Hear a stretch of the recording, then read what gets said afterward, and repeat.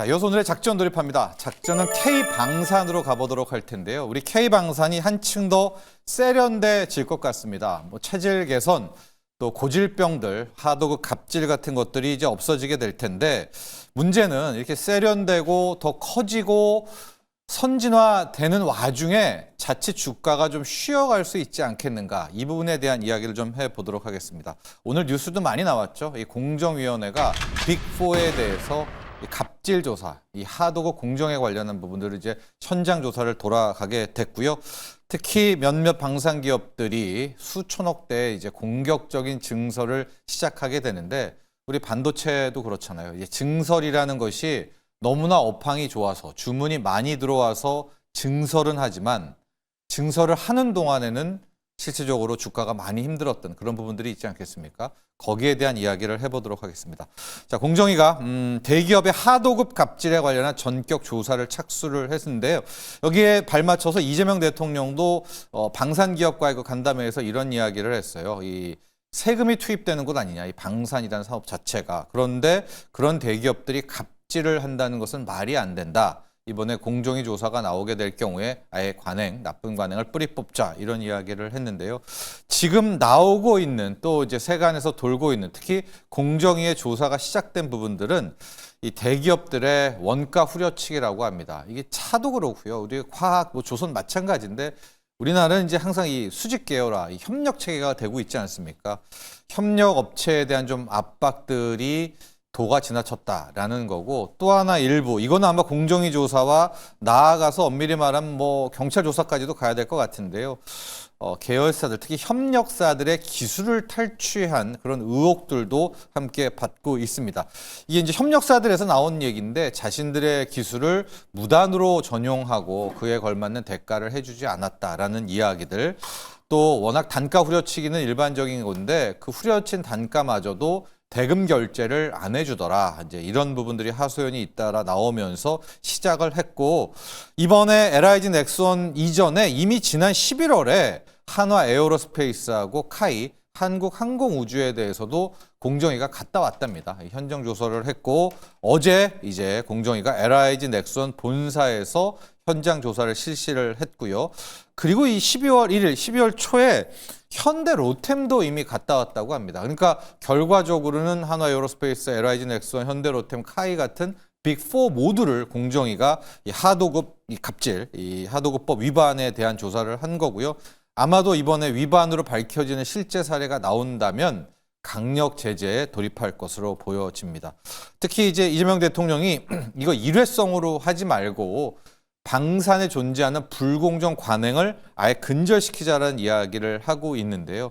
자, 이렇게 지금 공정이 나오고 압박들 나오게 되니까 이 방산업계에서는 이제 올 것이 왔다. 실질적으로 결과에 따라서, 또 시정 조치에 따라서는 우크라이나 종전, 실은 그동안에 주가를 뺐던 것이 평화 분위기, 우크라 종전 아니었습니까? 그 이상의 악재가 될 수도 있겠다라는 이제 평들을 내놓고 있습니다. 여러분, 우리가 그동안 K방산의 매력이 뭐냐? 우리가 유럽도 제끼고 이렇게 막 수주를 했던 가장 큰 것은 이 적기 납품 아니겠습니까?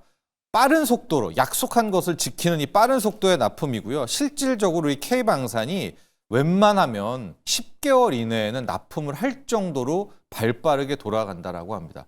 가성비도 좋은데다가 이런 신뢰와 빠르게 공급을 하게 되니까 이제 상대국 입장에서도 너무나도 좋아라 하는 건데, 그럼 어떻게 이렇게 발빠른 대응이 가능하고 가성비를 내놓을 수가 있었을까? 다 비슷한 메커니즘이었던 것 같아요. 자동차가 성장했을 때, 우리 조선이 성장했을 때, 화학이 성장했을 때와 마찬가지였는데요. 정부, 군, 대기업, 그리고 협력 업체들이 이 구조적인 유연성을 뭉치면서 이들이 그냥 다 발빠르게 도는 겁니다. 그러니까 엄밀히 말하면 이게 이제 최대 강점으로 작용을 한 건데, 이 넷 중에서 정부, 군, 대기업, 협력업체 중에서 누가 희생했겠습니까? 당연히 협력업체였겠죠. 협력업체들의 희생이 실질적으로, 우리가 자동차도 그랬고 조선도 마찬가지였던 것처럼 방산도 그래 왔다라는 거고요. 또 하나, 이제 3교대 할 정도로, 이게 캐파가 크면 모르겠는데 캐파가 작은데 엄청난 해외 수주가 몰려오니까 2교대는 기본이고요. 3교대 정도까지 과다 노동을 했다라는 것들도 지금 나오고 있습니다. 그래서 이제 K방산이 더 가려면 현 시점에서 사이즈를 키워야 된다. 증설을 해야 된다라는 이제 전문가들의 의견들 나오고 있고요.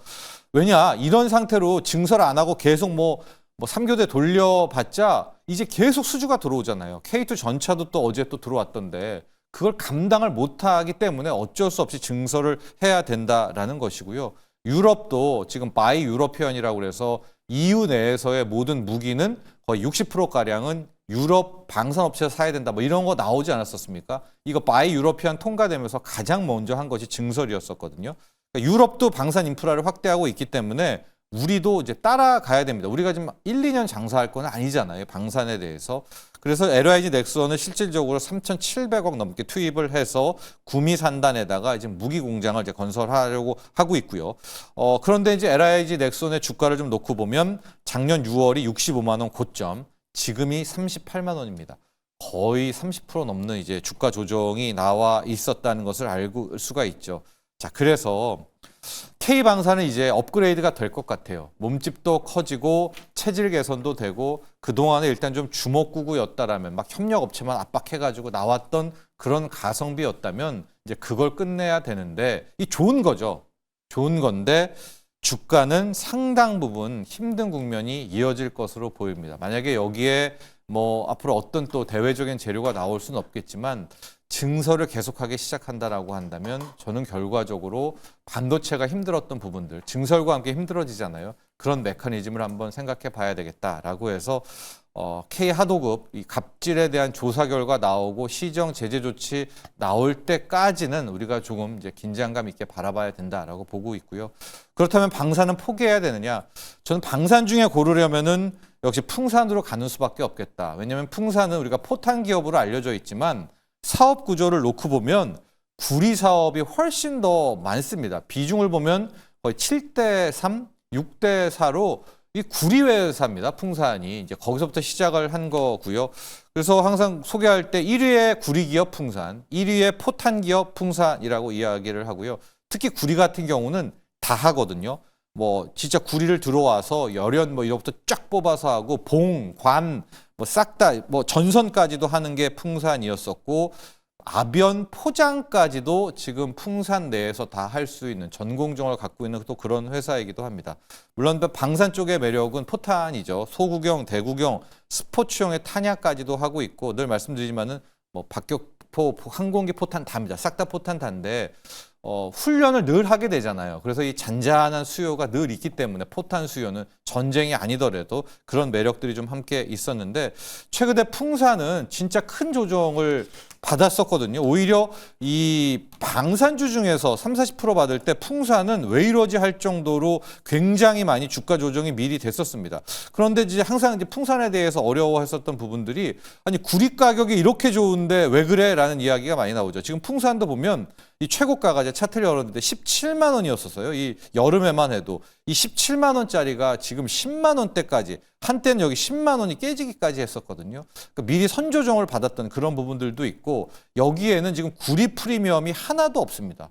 그런데 여기 이제 월봉을 놓고 보시면 거의 월봉 기준선까지도 한번 주가가 다 내려왔습니다. 여기에서 구리만 놓고 보면 제가 보기에 아무리 방산 풀이를 다 뺐다고 쳐도 이 언저리가 상당 부분 주가의 바닥은 확인했다라고 보고 있어서 아마도 이번에 풍산은 또 뭐 갑질 의혹이라든가 공정위 조사에 빠져 있지 않았었습니까? 그래서 방산주 쪽에서는 약간 방산의 탈을 쓰고는 있지만 구리 기업으로서 그동안에 구리가 역사상 최고가 간밤에 또 올랐잖아요. 예, 그저요. 또 올랐던 부분들을 못 받았기 때문에 풍산 쪽으로 좀 주목하는 것이 어떤가라고 해서 K방산에 대한 좀 역설적이죠. 주가에 대한 어려움 여기고 풍산이란 또 대안책까지도 함께 분석해 봤습니다.